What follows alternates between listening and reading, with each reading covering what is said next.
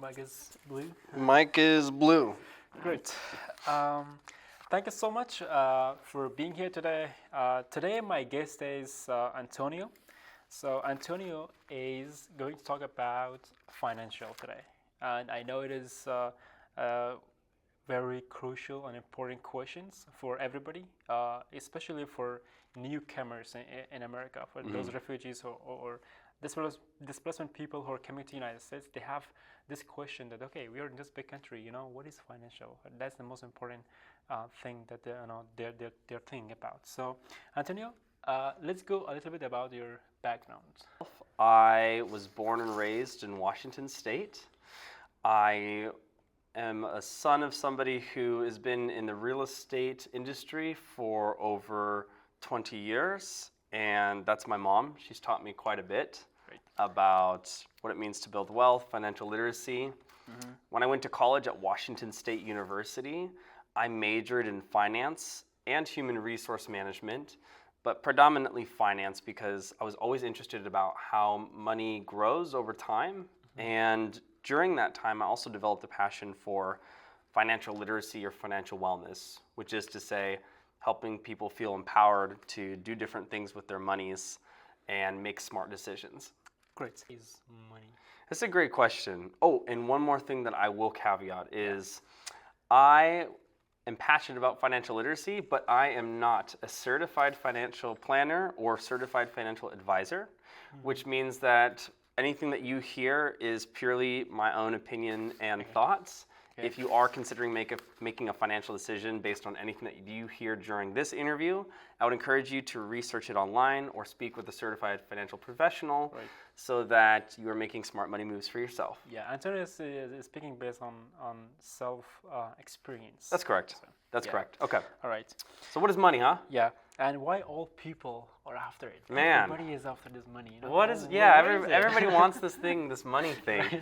When you think about money, the technical definition is it is something that is used within an economy in exchange for a good. So I give you $1, you give me a water bottle, right? Yeah. And the value of this dollar is believed upon or supported by an economy. So the value of the United States dollar, the USD, is more than some other countries because we have this big economy behind us and this belief that the United States government's going to make good on their promises, right? So that's what money technically is, but what it means is probably more significant.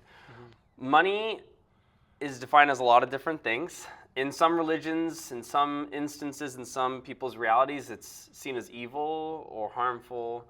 In some, it's praised or worshipped or seen as this great thing. I think at a fundamental level, I would say that money, though, is a tool. And it's a tool because it can be used for good or evil or building or destroying. And so, I'm a Christian. And so when I think about money, I always look at what the Bible has to say about money. And it says in the Bible that you shouldn't want because you have the Lord. And so there's no need to want anything more. So this, deep desire, I need more money. That shouldn't be because God is giving you everything that you need. Right. But then it also says that we should be good stewards, or we should use our money wisely. We should use it to invest, or we should use it to be generous and to give to others. So there's no hard answer. Money is this, money means this. It depends on the person that you ask. But again, I like to think of it as a tool. It's a responsibility, really. You have a responsibility to use your money in a way that's honorable and wise and loving, and really the way in which you spend money is probably dependent upon how you grew up and what are your values and what are the things that you believe in. What is your best advice for those people? For example, they're working a job and then they have salary. How they invest this money? Man, that's a great question. The first thing that I like to think about is before you go and do something like invest in money, you need to have the basics down. What are the basics? Well, probably the basics would include things like a budget. Let's think about it from a very high level. When you're working at a job, you should probably know how much money you make, right? That's all the amount of money that you have to spend. Now, you may make $60,000 a year, for example, or $20,000 a year, but remember, taxes get taken out. So we need to factor in, okay, well, how much after taxes do I have to spend, right? So you have this income, and then we need to look at what are you spending on? And a budget is really helpful for that. If we start with a budget, we can start to understand, how do you spend money? Do you spend a lot of money on coffee? Do you save a lot of money? Do you send a lot of money to families? How much of your money goes to different people versus things for yourself, right? You want to get an understanding of that so that once you can visually see what's happening with your money, and we can talk about some of those different budgeting tools that you can use to visualize that. Now you're actually in a place where you can make an informed decision and go, okay, I make this much money, I spend this much money on these things, here's how much I'd like to invest, and then here's where I would like to invest. All right, great. So suppose that somebody comes to you that says that, okay, I'm a refugee. Okay. I came from a country. Yep. And I worked. I have saved. Yep. For example, $50,000 or $100,000. Awesome. And I don't know what to do about it. Okay. Business or education. Yes. And I am like individual, for example. Where does this money go? What do we do with this money? That's a great question. One of the first things that anybody should be saving for is an emergency fund or an emergency savings. Now, a lot of financial advisors, which I'm not, would say that that is about 3 to 6 months worth of spending or burn. Another way to think about it is, if I understand your budget, and let's say you, Javed, spend, with rent and groceries and gas money. Okay. Let's say, you need $2,500. That's bare minimum. That's not you going to a nice steakhouse. That's not you getting fancy clothing. Right. Bare minimum. That's what we need. So ideally, what's recommended is that you have 3 to 6 months of that income. In this scenario, that would be 2,500 times 3, which would be 7,500. Or if it's for 6 months, then that's going to be $15,000. So that if you lost your job tomorrow, you would be able to go to the grocery store, pay for gas for the next 3 to 6 months. It's supposed to be a cushion. Or let's say your car breaks down and you have a transmission problem. And for those of you who don't know anything about cars, transmission's very expensive and it can be thousands of dollars. If you have no money to the side, you can't grab from anything. So the first thing that we're going to look at is being able to have a reserve, an emergency fund, ideally 3 to 6 months worth of your income. Okay. And then we start like investing. And then now we can look at investing. And investing is, there's so many different options, a possible, more, I don't want to say risky. It could be seen as risky. I would say it's very volatile. Volatile just means it goes up, down a lot in terms of price or how much you make. Cryptocurrency is an example of something that it's not very easy always to measure how it's going to go. One day it might be doing great, another day not so great. Versus if you put your money in a savings account, I feel pretty confident that it can produce this amount. So there's investing in the stock market, there's investing in real estate, and then there's just like, I'm putting my money in this type of account so it can slowly grow. So it all depends on your risk tolerance and risk preferences. Question is that, it's really interesting question is, what is S&P 500? What is the stock market? What is index fund? And how we should invest money over there? That's a great question. And honestly, it is kind of like a crazy concept. The stock market, there's this money that goes in and somehow you make money or you might lose money. The stock market, simply put, is a marketplace where money goes in to obtain partial ownership of a company. So when you buy a stock from Coca-Cola, you literally become a little teeny tiny owner of Coca-Cola. And so you celebrate when Coca-Cola does well, and you are sad when Coca-Cola did not do well. So that is what the market is. You also hear things like the S&P 500 maybe sometimes talked about. That's an index fund. An index fund literally just means like a fund or a grouping of those stock companies. And this S&P 500, for example, is the top 500 companies that have the highest what's called market cap or market capitalization. All that means is that it's pretty much the 500 most valuable in terms of the stock market companies. And so it obviously is shifting in and out as certain companies are remaining at the top. A great example might be Amazon is in the S&P 500. Amazon is a great big old company that makes a lot of money.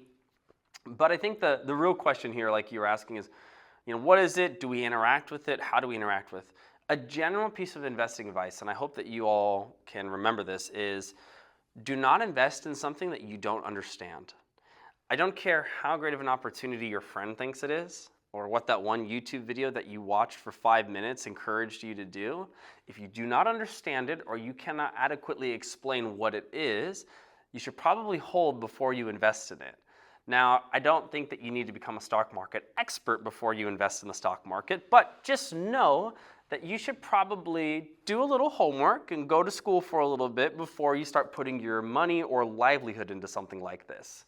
Now, there are many different ways to invest in the stock market. If you wanted to, for fun, put some money in some stocks and see what it does, a great type of company that you could use is called Robinhood. And Robinhood allows for people to, buy a stock here, sell a stock there, and see maybe how they can make a return over a period of time. Now, the art of buying and selling stock on a day-to-day basis through an account, let's say like a Robinhood, is what's called day trading. And day trading, well, if you're doing it right, it is a science, but a lot of people, it's really just gambling. They're just putting their money in, hoping that a company does well, and they're going back and forth on Robinhood, seeing if they can make some money. That's great if you want to get some fundamentals under you, but it's not necessarily the way that you build wealth. Usually the ways that you build wealth is in time.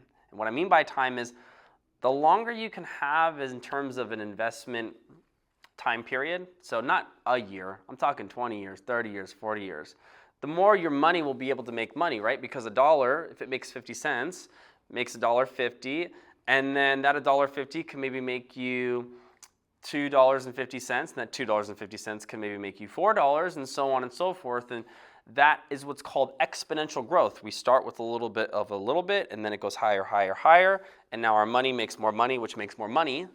And that's what you see happening in the stock market, is people are putting in their money, and their little monies are becoming bigger monies, which makes more money. Now, a way that's commonly interacted with the stock market isn't through day trading. A lot of people will invest in the stock market using tools to help with retirement. When you get to the end of your life and you want to have a lump sum of money to be able to pull from to be able to do your thing and maybe live in, I don't know, maybe go to Italy or buy a home or a nice car, whatever you're going to do with your retirement money, right? When you want to invest in retirement, there's a bunch of different options out there. Some things that I want you to write down or know is something called a Roth, R-O-T-H-I-R-A, individual retirement account, a Roth IRA. And a Roth IRA is an individual retirement account where you can invest in what's called like it's basically like a grouping of stocks, and it's already what's called diversified. Diversified means, there's a little bit of this stock in this industry and then this stock in this industry, so you're touching a lot of different industries in this investment tool. And in this investment, you would essentially be growing your money over a long period of time that can really only be touched, or really should only be touched for retirement. And the limit that most people are allowed to put in for a Roth IRA, I had to check, but it's something like $7,000 a year. And so $7,000 of your dollars every year can go to this vehicle that helps save for retirement. And what's special about this Roth IRA is that when your money makes money and it grows, and then when you go to take that money when you retire, you are not taxed. You are not taxed when the money grows. You are not taxed when you grab the money out at the 65 years, 70 years of age. And that's big because a lot of investments, you put money in, you're taxed, it makes money, you're taxed, and then you pull money out and you're taxed. So you better watch out because there's a lot of different taxes that can be associated with investing. And so those are some of the things that you'll want to be informed upon if you're looking at investing in the stock market. What should refugees consider when applying for their first credit card? And how long is it going to take to have a very good credit score? Great question. So one of the things that I like to think about when you're looking at your first credit card is, again, the first thing you're going to need to have is that social security number or the individual taxpayer identification number. Once we have that, then we can go apply for what's called a secured credit card. And a secured credit card is what we talked about, where you would essentially give monies to the bank, let's say $2,000, $3,000. And that becomes your credit limit. So that means that on the credit card that you use to buy groceries and things like that, you cannot spend more than $2,000, $3,000, whatever you gave the bank. Now, there's something called a credit limit, which is that $2,000 to $3,000 limit that might exist. But you never want to use 100% of your credit card. You don't want your credit card to be at $2,000, $3,000 the whole time. You want to use a certain percentage of your credit. So let's make simple math. If it's a $1,000 credit card limit, the ideal number to be under in most cases is 10%. So that means that you would not want that credit card balance to be anywhere above $100 if it's a $1,000 credit limit. But when you're starting with little to no credit, you do need to use that credit card a little more. And so the next threshold that might be recommended is 30%. So if it's a $1,000 credit limit, if you can spend or keep that credit card limit below $300, that would be an ideal scenario. So make sure when we're looking at that credit card that you've got your proper taxpayer information so you can apply. I think a secured credit card is probably going to be the best option, so do a little bit of research. In terms of interest rate, all the interest rates are not great, I'll be honest. 25% interest rate is not very good, and it's not like you're really getting a better deal. Where most of the money and the magic happens is you get the credit card, you put, let's say, $300 on it every month, and then you let the automatic withdrawals, a monthly withdrawal, come out for the full amount due, and you do that every month. And if you have your credit card paid off every month, you'll never get charged that interest, ever. And so it's a really helpful way for you to show, hey, I can put a balance on a credit card, and I can pay it off completely, and there's no issues, and I know what I'm doing.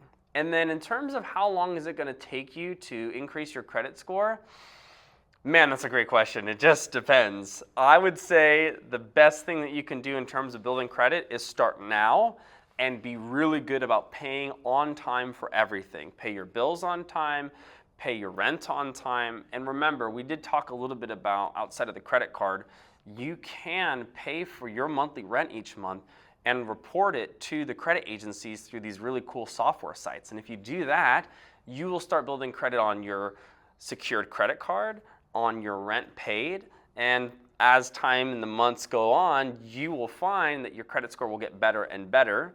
There's even websites out there, I don't know of any particular ones that are the star-studded ones, but there's certain sites out there that will literally teach you how to increase your credit score and get creative. So be on the lookout for those, or be sure to research that as well. Thank you so much, Anthony, for being. Absolutely, it's a pleasure. Thank you so much for having me.